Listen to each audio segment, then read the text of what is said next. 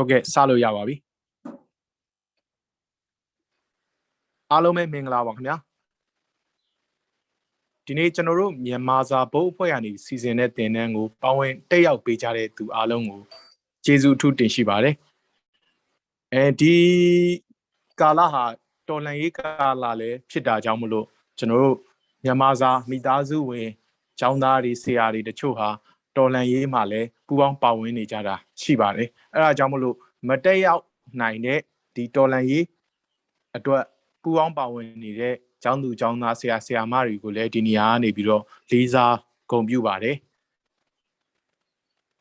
အဓိကဒီသင်တန်းကိုစေတနာနဲ့ပို့ချပေးမဲ့သူကတော့ဆရာဒေါက်တာ Mathias Jenny ဖြစ်ပါတယ်ဆရာအကြောင်းကိုတော့မြန်မာဘာသာစကားမွန်ဘာသာစကားတွေကိုလေ့လာကြသူတိုင်းလို့တည်ပြီးသားဖြစ်မှာပါအထူးရှင်းပြစရာတော့လိုမယ်မထင်ပါဘူးဆရာကဆွစ်ဇာလန်နိုင်ငံဇူရစ်တက္ကသိုလ်ကနေဖြစ်ပါတယ် The Bar System of Mon ဆိုတဲ့စာတမ်းနဲ့ပါရဂူပွဲရရှိခဲ့သူလည်းဖြစ်ပါတယ်ခင်ဗျာမွန်ဘာသာစကားနဲ့ပတ်သက်ပြီးဆရာရေးခဲ့တဲ့သုတေသနစာတမ်းတွေအများအများရှိပါတယ်ဆရာနဲ့ဆရာမဒေါ်ဆန်ဆန်နှင်းထွန်းတို့ပြုစုတဲ့ Burmese Comprehensive Grammar ဆိုတဲ့စာအုပ်ဟာလည်းမြန်မာဘာသာစကားလေ့လာသူတွေအတွက်အများကြီးအကျိုးကျေးဇူးရှိပါတယ်ဒါအပြင်ဆရာကပလောင်ဘာသာစကားတို့လိုမြန်မာတိုင်းရင်းသားဘာသာစကားတွေကိုလည်းအထူးလေ့လာသုတေသနပြုနေတဲ့သူတစ်ယောက်ဖြစ်ပါတယ်အခုလိုဆရာစီကပညာလေ့လာစီးပူးခွင့်ရတဲ့အတွက်ကျွန်တော်တို့မြန်မာစာမိသားစုဝင်တွေကိုစားအထူးဝမ်းသာကြောင်းဂုဏ်ယူကြောင်းပြောကြားလိုပါတယ်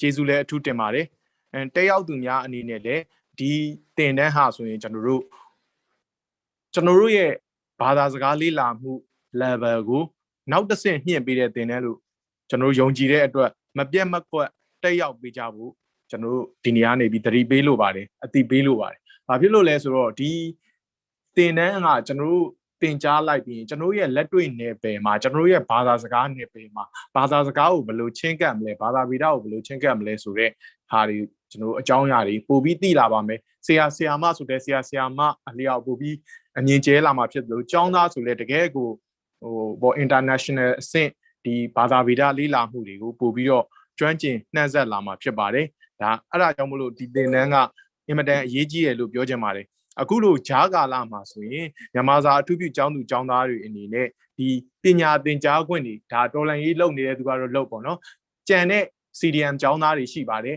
အများစုက CDM ကျောင်းသားတွေပါCDM ကျောင်းသားတွေအတွက်ဒါပညာသင်ကြားခွင့်ဆုံးရှုံးမှုမရှိရစေရေးနောက်ပြီးကြတော့ဒီလိုအဆင့်မြင့်တဲ့ပညာရပ်တွေကိုဒါနိုင်ငံတကာအဆင့်မြင့်ပညာရပ်တွေကိုမိတ်ဆက်ပေးဖို့အတွက်ကျွန်တော်တို့မြန်မာစာဘုတ်အဖွဲ့ကနေပြီးတော့ဒီလိုသင်တန်းတွေဒီလို short course တွေမကြာဆက်ပြီးတော့လုပ်သွားပါမယ်အခုလည်းကျွန်တော်တို့ဆက်လက်ပြီးစူးစမ်းဆောင်ရွက်နေတာတွေအများကြီးရှိပါတယ်အဲ့ဒါတွေကိုလည်းကျွန်တော်တို့ဒီနေရာကနေပြီးအသိပေးပြောကြားလိုပါတယ်အားလုံးကျေးဇူးတင်ပါတယ်ခင်ဗျာဟုတ်ကဲ့ဆရာခင်ဗျာသင်တန်းစတင်ပို့ချပေးဖို့ပန်ကြားအပ်ပါတယ်ခင်ဗျာကျေးဇူးပါ Okay, thank you very much. ကျေးဇူးများတင်ပါတယ် and အားလုံးပဲမင်္ဂလာပါ I'm very happy to be here today and to share some of my ideas with you. ဒီနေ့ဆရာကအင်္ဂလိပ်ပြောမယ်နော် because this is international course I think and I will try to make this in not too difficult English.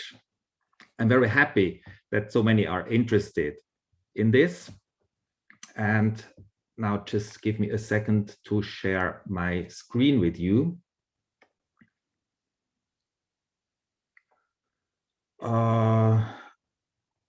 Okay, can I share the screen? Screen share လို့မရဘူး။တစ်ချက်ဖွင့်ပေးပါနော်။ဟုတ်ကဲ့ပါဆရာဟုတ်ကဲ့ပါဆရာခဏလေးပါဆရာ။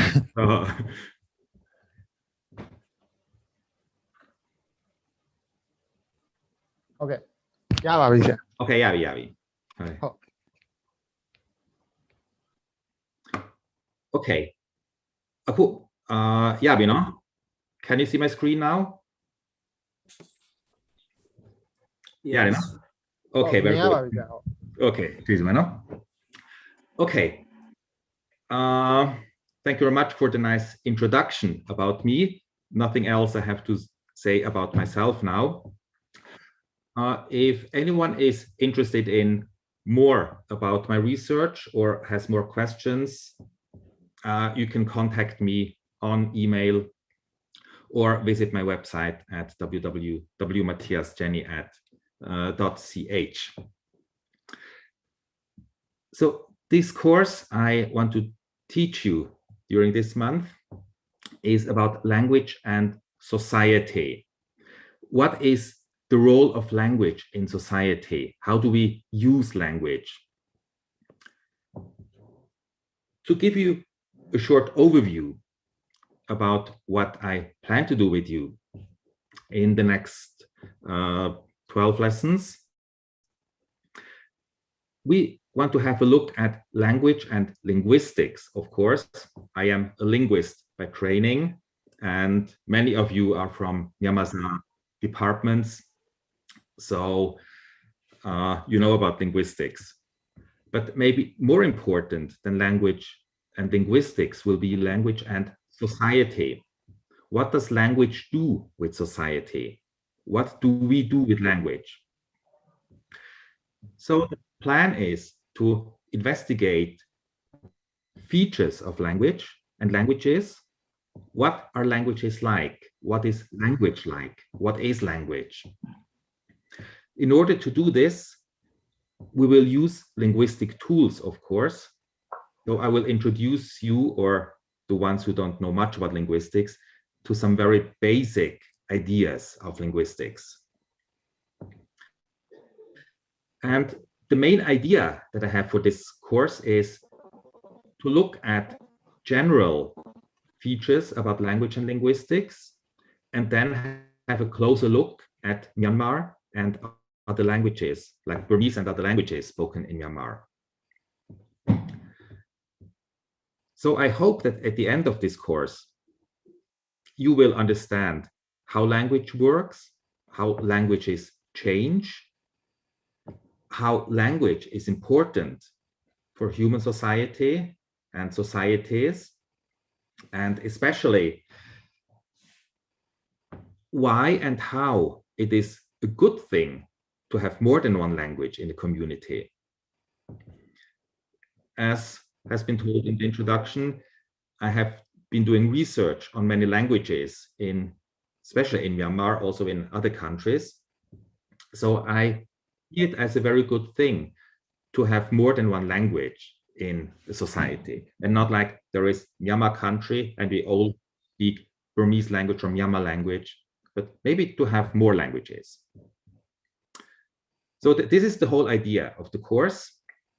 And today's lesson is a very general introduction. Language. What is language? If I ask you, I guess you all can tell me what language is. Badazaga, yeah, sure. We all know what language is. Now, if you look at some etymology or the history of the word and its meaning, in English, the word for language comes from the Latin word lingua, which means tongue. So the tongue is the most important tool maybe we have in our body to produce language. We use the tongue to speak. So in English, the tongue has come to mean language. Actually, this did not happen in English. This already happened in Latin, the language spoken 2000 years ago in Europe. And you can see the same in French, langue, Italian lingua, Spanish lengua. They all mean tongue and language at the same time. So this is sort of basic, maybe not very interesting. This is just about the human body that produces language. A bit more interesting maybe in Burmese. In Burmese, language is Badazaga, as you all know. Badazaga is a combination, a compound of two words. The first Bada is the Pali word bhasa, which means speech. There is the verb in Pali, bhasati, to speak. And then there is an original Tibeto-Burman word, ga, which also means word or speech. So there seems to be just one word in Pali, one in Tibeto-Burman, and they have been combined in Burmese. But now the interesting thing in Burmese is that Bada is not only language, but you also speak about Oda Bada, which means Buddhism. So Bada also means religion in Burmese. Then you do have expressions like Dubada Dulonire. He's doing it in his own way, or she's doing it in her own way. What is Bada in Dubada Lonire? It's not his doing his language, but it's doing his way.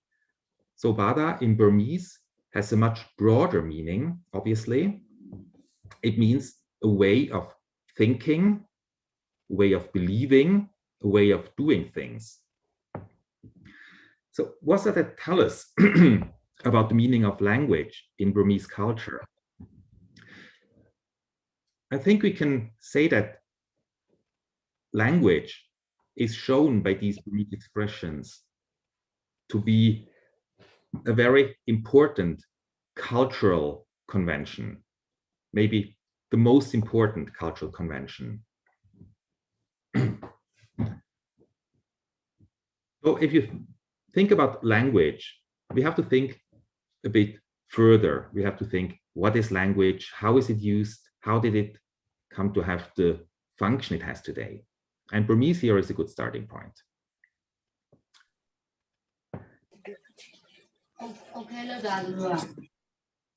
So what is language again? Okay, I think someone has the microphone on. What Mesia she Melo Yara? Chain Melo Yare, Amalo Yare, Inglelo Yare. But media chain microphone Beitano.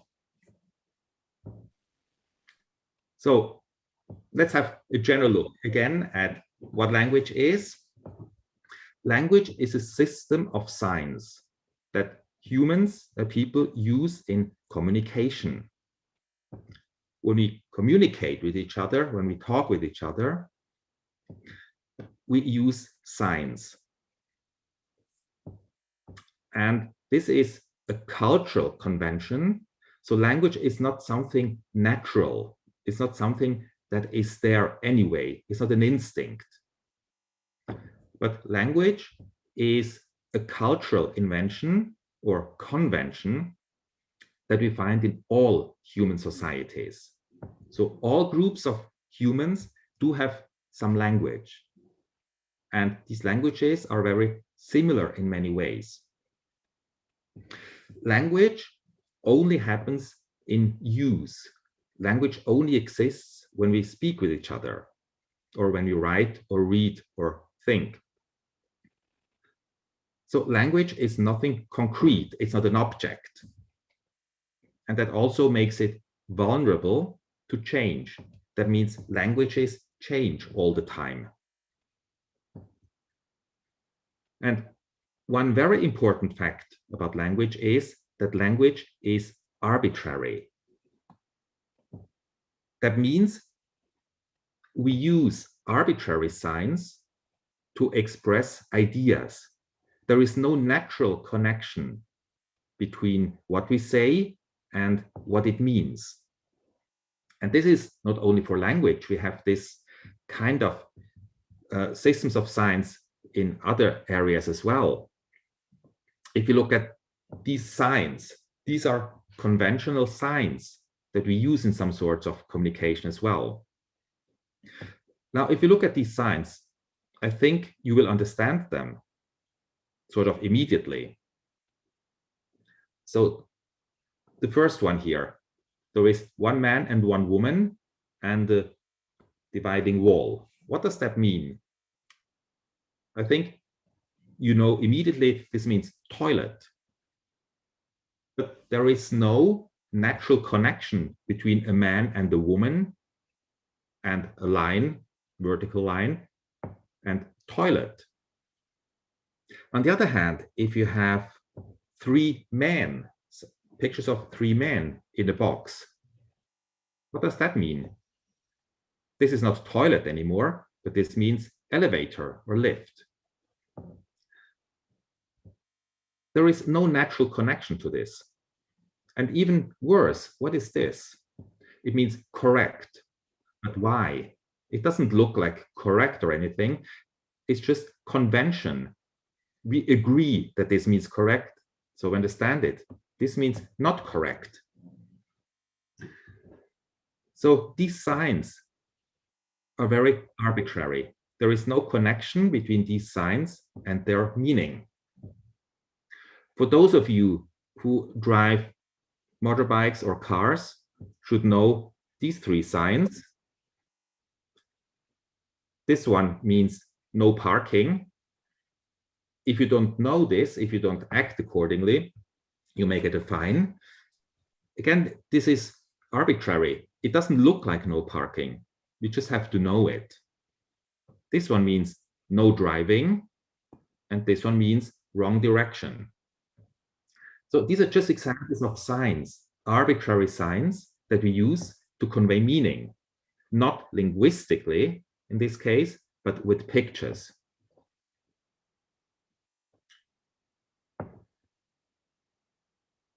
How does human language work within this or by using this system of signs? Now, one of the main goals of using language is to convey meaning. That means I have an idea in my head and I want to send this idea to your head. I want you to know what I know. I want you to know what I think or feel. So human language uses combinations of sounds to encode meaning. Because we cannot always draw pictures like the ones we saw here, but it's much easier to speak, to use sound, so we have the hands free for other things. So the speaker uses sound combinations to express the meaning he has in his head. And the hearer hears the sound of the speaker, and then she translates this sound into meaning. And ideally, the two meanings, the meaning in the head of the speaker and the meaning in the head of the hearer, are the same. So the speaker wants to send his ideas to the hearer. To do this, you change your ideas into sounds. And the hearer hears the sounds and translates these sounds into meaning in his or her own head. So this is how language works, basically. We have ideas which we want to put in someone else's head, and in order to do this, we use combinations of sounds. This sounds pretty easy, but it's not as easy as it may look. It's not as straightforward as it may look. There are a few things that make language a bit difficult.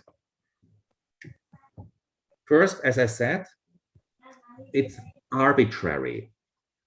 There is no natural connection between the combination of sounds that we make and the meaning. So if you look at the first line here, the picture just shows the meaning, a house. Now in English, I call this house. But house doesn't sound like this. It's just because we agree that in English we call this object house. If you speak French, it's very different. Then you would call it maison. Or if you speak Thai, for the same object, you use ban. And of course, in Burmese, you call it ain. So you see, all those combinations of sounds are very different, but they all refer to the same meaning, to the same object. So we cannot say that there is a connection, a natural connection between the sounds and the meaning. And of course, the same is true for any other word in any language. So for this object, in Burmese, you use the sound combination tipping, while in French, you use the sound combination arbre.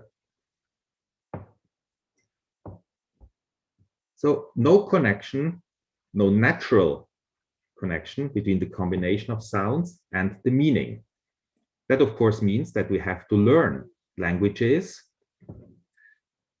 It's not something that we just know. Like other things, you don't have to learn. You don't have to learn how to eat, for example. That comes naturally. We don't have to learn, well, we have to learn how to walk in a way, but this also comes naturally to human beings. But language has to be learned. Then another thing that makes language or speaking a bit difficult is that speakers never really say everything that they know or they want to say, everything they mean. So the hearer, the listener, has to fill in what is not there in the spoken word. If you look at this graphic here, what is there and what do you see?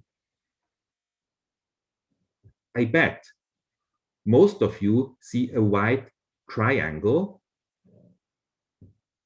You see a white triangle with the top above, which is above 3 black circles,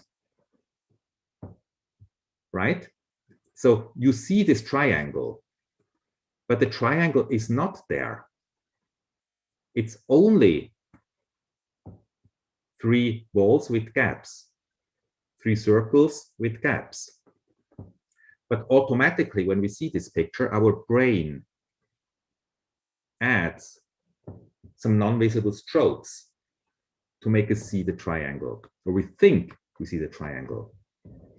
So language is similar.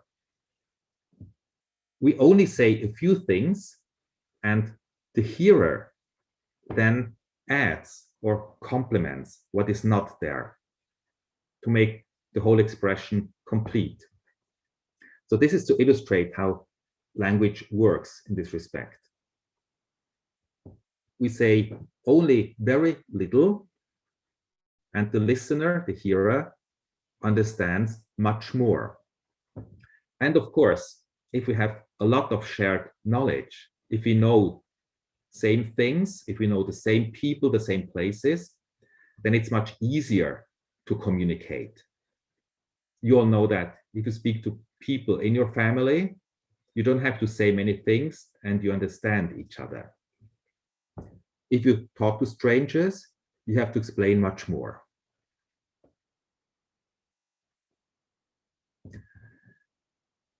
Then I said that language is used to send ideas or concepts from my head to someone else's head. Something I know, I want to send to someone else, so they know it as well. But of course, language is not the same as thinking. Most of the time, we may think in language. We may use language to talk to ourselves, to think about different things. But this does not mean that language is the same as human thinking. For example, in Burmese, you do have words for female human and male human, like Mema and Yaocha.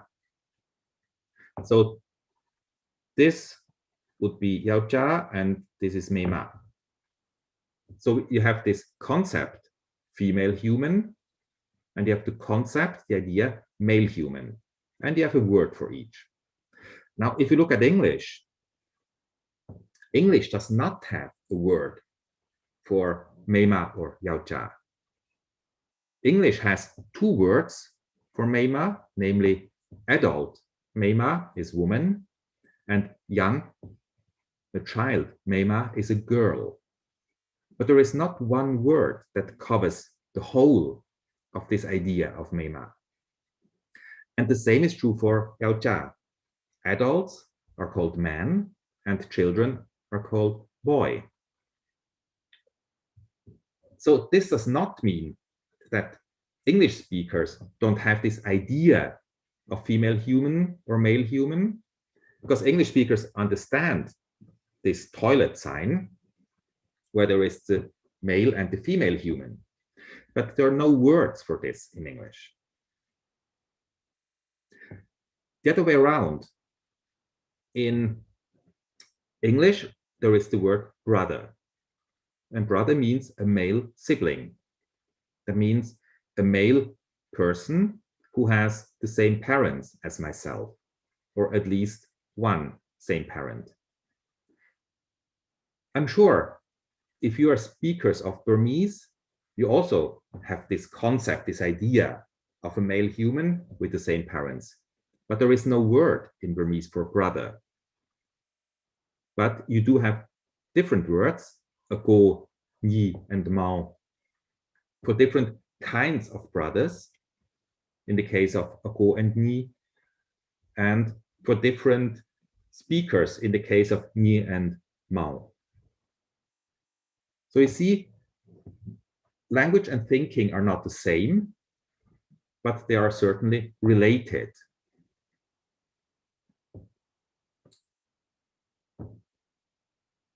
Now, what makes human language so special? Why do we talk? Why are we interested in human language? Why do people do linguistics at all?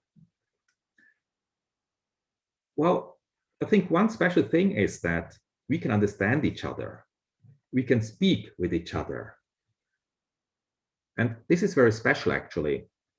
We just saw that the combinations of sound and meaning are not natural. They're only convention. They're only agreed on. So we can still do it.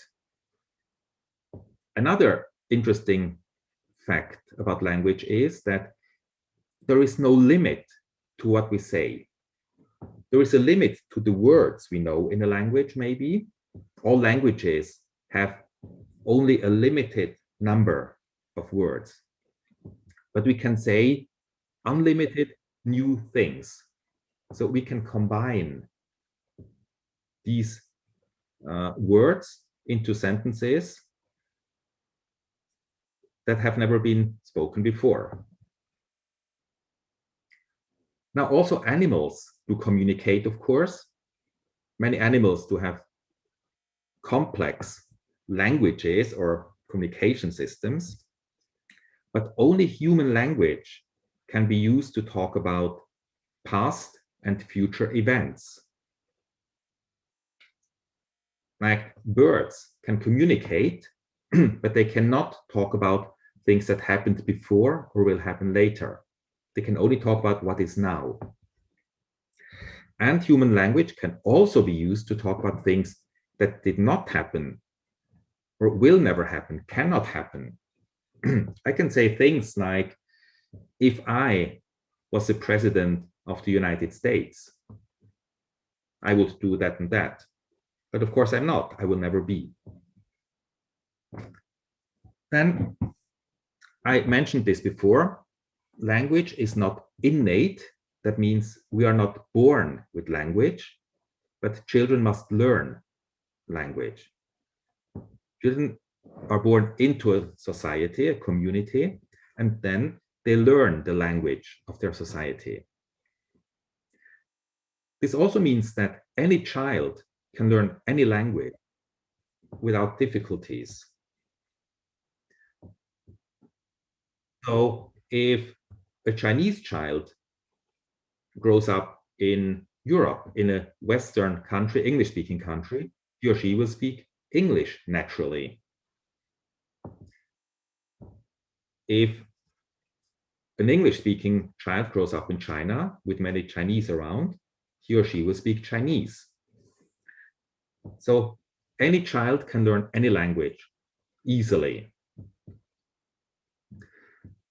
And the last point here, very important, which you should never forget, human language is a very strong weapon. Human language is very dangerous, and it's especially dangerous for the speaker. Once we say something, we cannot take it back. If you say something wrong, it will be there forever. You cannot take back what you said.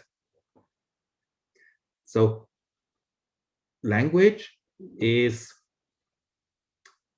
something very typical human, special for the human species. It's something cultural, and it's something dangerous. So we have to make good use of language.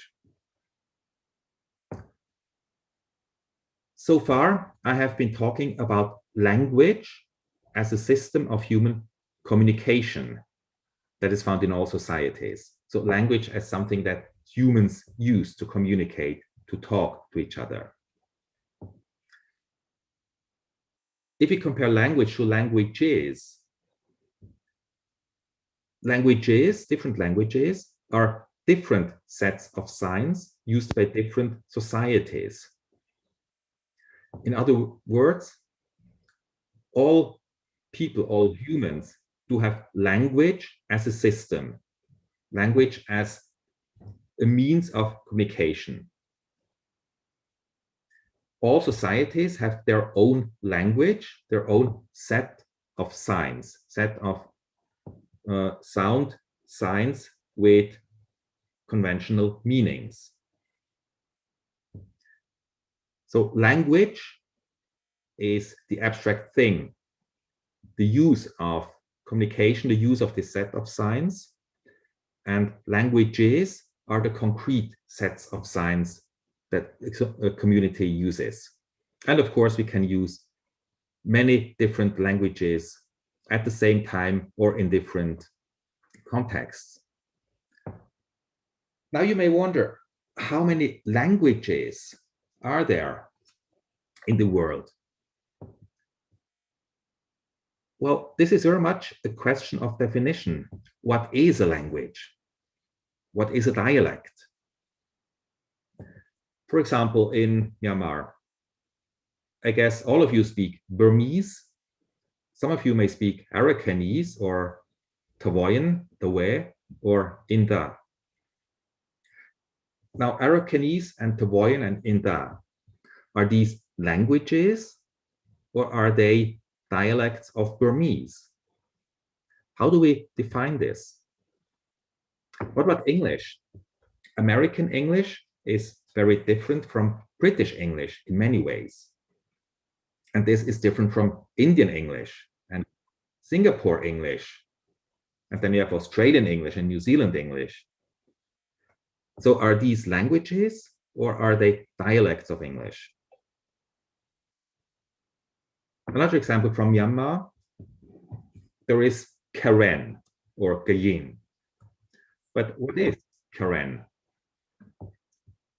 Of course, there are different varieties of Karen. There is Bo and Tso, and there is Kaya and Kayan and Bao. Are these languages or dialects of Karen? Who can decide?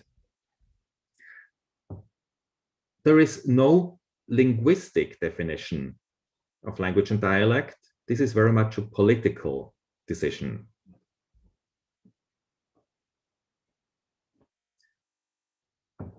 So normally in the linguistic literature, keeping in mind that we cannot really distinguish language and dialect, we think that there are around 7,000 languages spoken at this time in the world. And you see the biggest part of these are in Asia. Asia has the most different languages, more than 2,000. And Europe has the least. Not even 300 languages are spoken in Europe originally. These languages, these language counts do not include immigrant languages, of course. So about 7,000 languages spoken in the world. You see here the distribution of these languages, and you see it's very uneven. There are some areas where there are many languages, like Central America, West Africa, then the Himalayas, and especially Papua New Guinea. These are places with many different languages, and other places like Canada and the USA and the whole of Russia and also Western Europe are places with very few languages. So the distribution of languages around the world is very uneven, but you see that there is this area, the tropics, which is a place with many languages. So probably the climate, the environment has an influence on how many languages are spoken. Then there's also big differences in how many speakers a language has. The language with the most speakers in the world by far is Chinese. Now, again, Chinese, here it says all dialects. Chinese dialects are very different from each other. Someone from Beijing who speaks Mandarin would not understand someone from Hong Kong speaking Cantonese. But even if we take only Mandarin Chinese here, we still would have about 900 million to 1 billion speakers. So still far more than any other language. Almost twice as much as the second Hindi, Urdu, or English.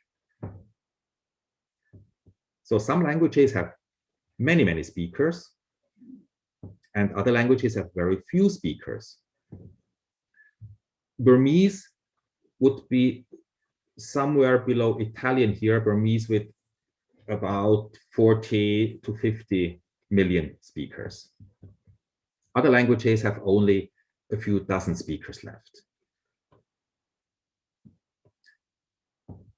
Also interesting is how many people learn a language as a foreign language. So this is native speakers, speakers who speak these languages as their first language. And you see Chinese 1.4 billion almost. Now people learning a language as a second language, English 1.5 billion is by far the most common second language. So if someone learns a second language, this is most likely to be English and not Chinese. Only about 30 million people learn Chinese as a second language or as a foreign language. So you see the distribution of languages and their speakers is very uneven around the world.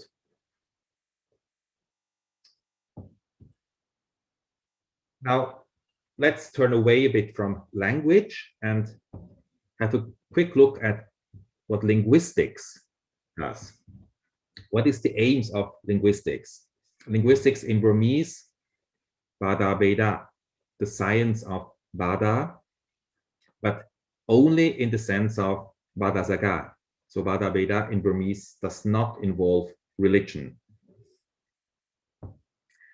So we do linguistics in order to describe and understand the mechanisms that are involved in producing and understanding language. We want to know how people can talk to each other. How can we speak? What does it mean to speak? What does it mean to understand what someone says? We also want to find out what language tells us about the way we think. What does language tell us about the human brain? And also about human ideas. We saw that different languages use different words for some ideas. Like in Burmese, you have Meima and Yaocha, while English doesn't have exact words for these. Does that tell us anything about how Burmese people think, unlike English-speaking people? So we want to know, how do we think? How much can we think? How similar or how different the human thinking capacity is in different cultures? Are there any limits to how people can think? we want to find out how people communicate within societies and across societies. How do people speak within a family, in a small group? How do people speak across communities, societies, or even across countries? And we want to understand how languages develop, how languages change. We want to know about the history of languages. We want to find out about the history of the speakers of the languages. And we can do quite a lot by looking at the languages to tell something about how the people lived, where they went, what culture they had. Now, one very important point I have to make already here in the first lesson. There are two types of linguistics, two kinds of doing linguistics: descriptive and prescriptive linguistics. Descriptive means describing. Descriptive linguistics looks at the way people speak. We listen to people. We want to know how they use their language in their daily lives when talking. Prescriptive linguistics, on the other hand, sets the rule of good language use. So prescriptive linguistics tells people how to use their language. And this is two very different things. You can either just listen to people speaking and be interested in how they say things, or you can go around and tell them what to do with their language. Both descriptive and prescriptive linguistics are important.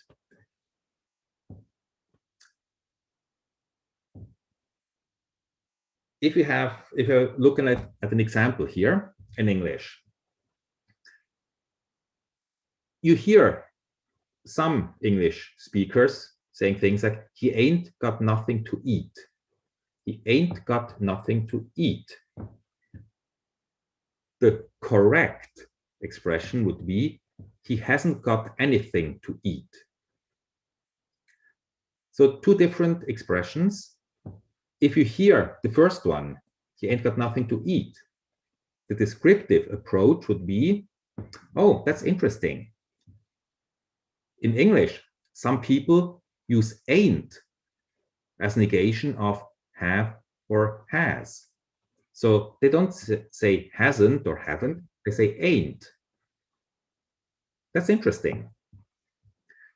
And the other interesting thing, some English speakers use double negation. They say ain't and nothing in the same sentence. And they still mean just nothing. So this is interesting for descriptive linguistics. And the question we may ask as a descriptive linguist, why do people speak like this? Who speaks like this? Where do we find this kind of sentence? What parts of society speak like this? So this is descriptive linguistics. The prescriptive linguist would say, this is wrong. Because in English, the negation of have or has is have not or has not, or maybe haven't, hasn't, but not ain't. Ain't is bad English. And the second point, prescriptive approach would be, they don't speak English correctly. Some English speakers speak wrong English. They use double negation and they use the wrong words. So the question for the prescriptive linguist would be, how can we educate people to use English correctly? Now, of course, you need both prescriptive and descriptive in their own domains, but you shouldn't mess them up. You shouldn't mix them. Because some speakers don't speak English correctly. If they are English speakers, their language is correct. Now, if I speak Burmese, you can correct me. You can say, no, you're a foreigner, your Burmese is wrong. This is possible.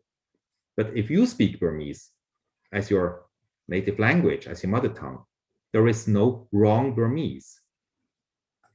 So for descriptive approach, everything you would say in Burmese is interesting and is not wrong. But of course, for prescriptive, there are rules that the prescriptive linguists want us to follow. As I said, both descriptive and prescriptive are important in their own fields.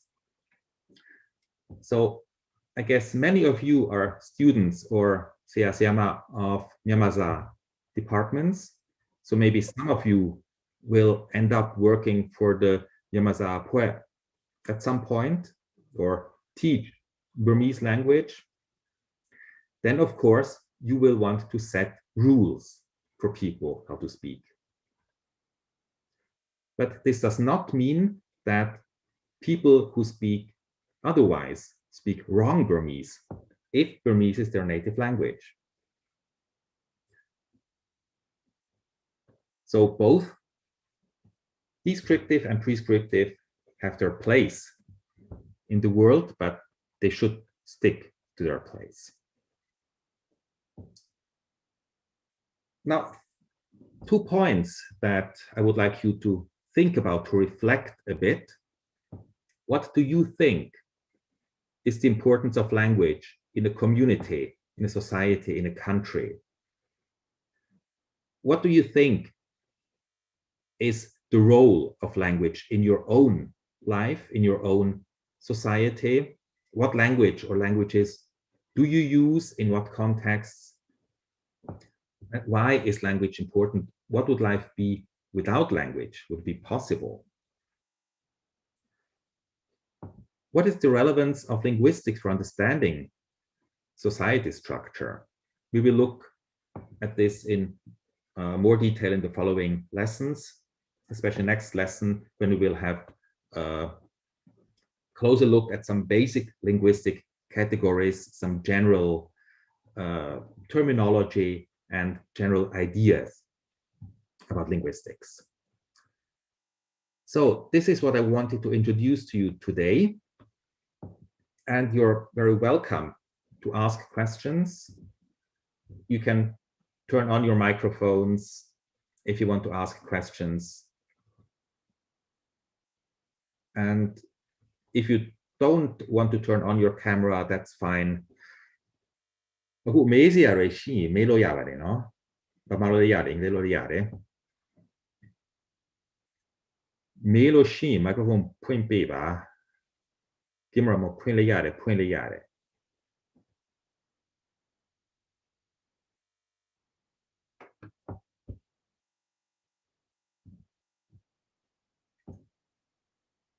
No questions from anyone?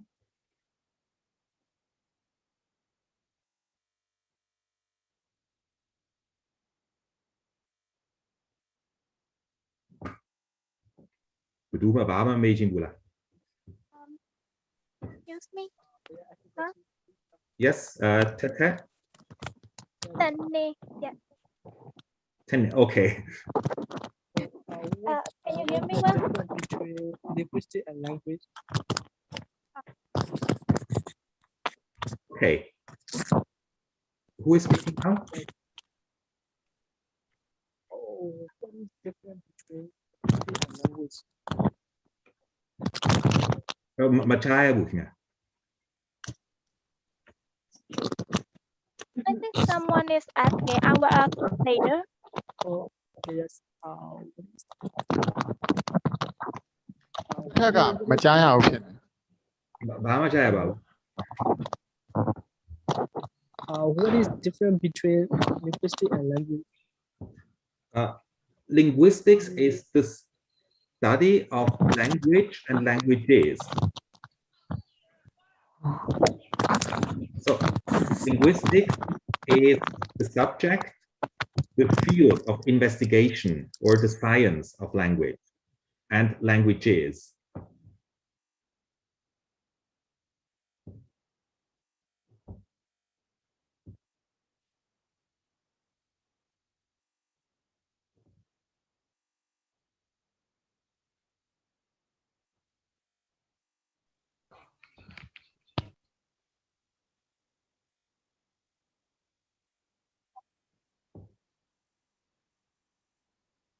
Can I ask now? Of course. Okay. So we have descriptive linguistics and prescriptive linguistics. So I mean I can see some kind of double negotiations in English, like in some sound lyrics, like they have I don't like anybody and nobody likes me. So it's like double negotiation. So it's can we use that? Can we think that like descriptive linguistics and like we can let it be and learn about that, or we should we correct them like in prescriptive linguistics? The question is what your goal is in doing linguistics. So if you want, for example, to write a textbook to teach English, then you would go by prescriptive linguistics. So you would say that in standard English, in the official standard of English, you don't use double negation. So you say, I don't like anybody. But some people still would say, I don't like nobody with double negation. So for descriptive linguistics, you just take what you hear and are interested in it and describe it. For prescriptive, you set the rules to teach someone. For Burmese, you have the Yamazakwe, which sets the rules how to spell Burmese, how to use Burmese grammar and vocabulary. So their job is prescriptive. But this does not mean that all Burmese people do speak according to these rules. Many people speak Burmese in a way that is wrong according to Yamazakwe. So for negation in Burmese, you have to say Masawu. But you hear many people just saying Sawu, dropping the ma. You know, Sawu, Sajimu. So this is wrong for prescriptive linguists, but it's interesting data for descriptive linguists. It depends on what your goal is. Thank you so much.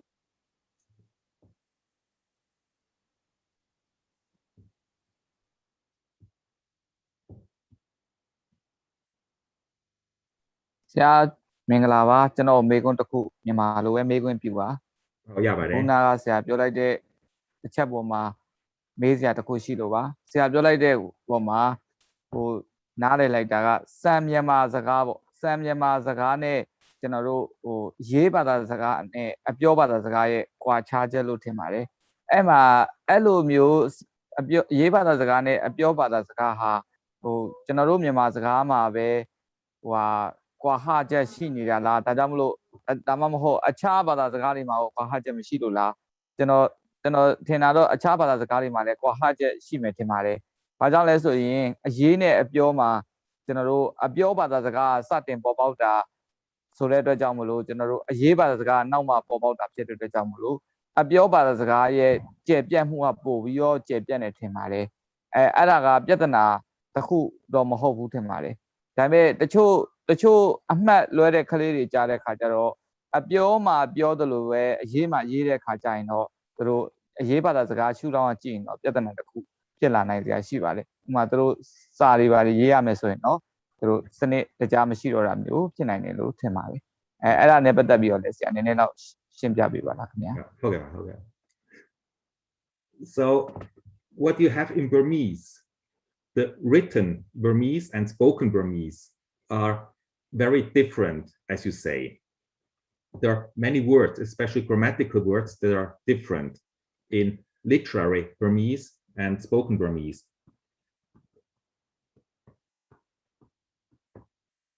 And this situation, I hope you can see this, can read it, is called diglossia. That means you have two languages or two forms of the same language, two varieties of the same language that you use in different contexts. Now, of course, for written Burmese, there are many rules. And depending on what you write, you should adhere to these rules. For the spoken language, you also have rules, but they may be more relaxed, depending on the context. So when you give a public speech, which is spoken language, you can do it in spoken language, you would still adhere to the rules, more or less. But when you talk with your friends at the tea shop, it will be much more relaxed and you don't think about the rules that much. Now, of course, the spoken language always comes first. In all human societies, spoken language is the first. And then later, written language comes in all societies. Some societies don't have written language, but they all have spoken language. Now, one thing that we have to be careful is about how strict we should apply the rules of the written language. Is it okay to use colloquial language to write? If you look at posts on Facebook these days, many of them are written in very colloquial Burmese, not in literary written Burmese. So maybe there is a new form of written language that emerges from informal use. And what we also have to keep in mind, it's of course great to have a literature, an old literature like Burmese with a long tradition and a language with fixed rules. But it's very difficult to learn, also for children. When children grow up, first they speak normal colloquial Burmese at home. Then they go to school, they have to learn a new language, sort of. In the textbooks, they have to learn literary Burmese. So the languages are drifting apart. Spoken and written language are drifting apart. Maybe at some point to the extent that people cannot really read literature anymore. So there has to be a way to keep both forms alive and give both forms their place in society. So I'm sure there is a place for literary Burmese and there is a place for colloquial Burmese. They're both forms of a language in their own right.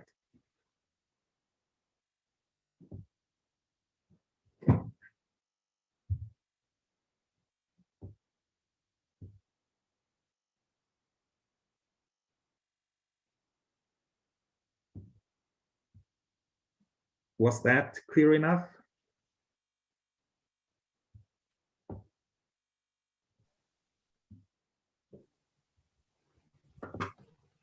Oh, ဆရာကျေးဇူးတင်ပါတယ်ဆရာ Are there any other questions?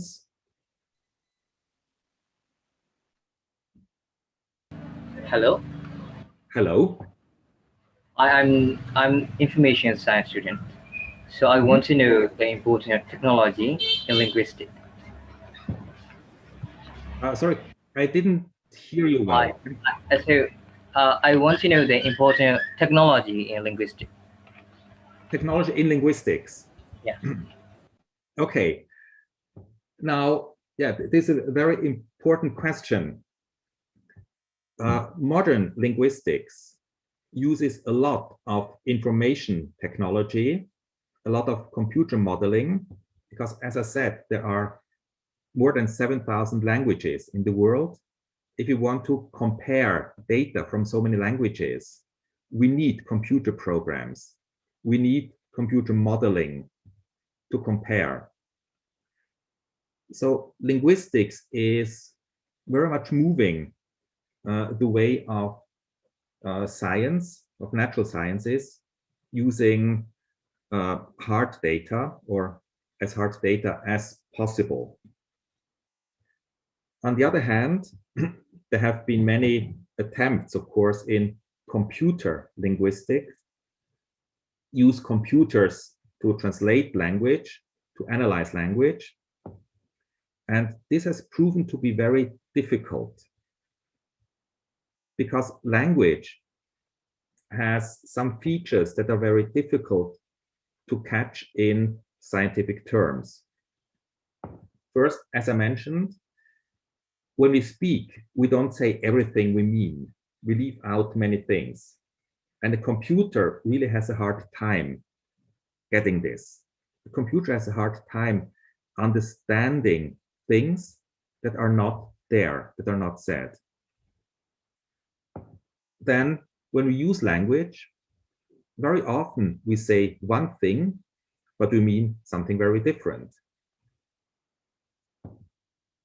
So if someone sits in a room and says, it's hot in here, he or she maybe means, can you turn on the air conditioner? Or can you open the window? But you say, it's hot in here. So you say one thing, but you mean something very different. And computers cannot really catch this yet. So that there is cooperation between technology, engineering, information technology, and linguistics. But there's still many parts that are not perfect yet.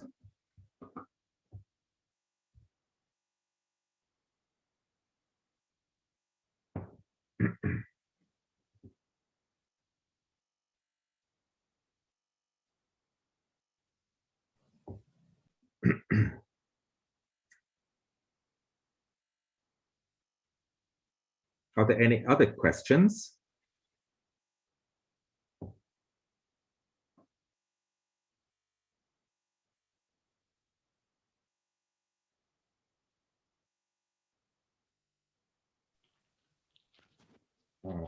Oh, ဆရာမရှိတော့ဘူးထင်ပါတယ်ဆရာ Shiro, okay, and yeah, we had 1 hour, so time is basically up. ဟုတ် Oh, so thank you very much for joining, and I hope to see you again on Wednesday at the same time for a general basic introduction to linguistics. Very basic with some examples. Okay, thank you, sir. Thank See you you. next time.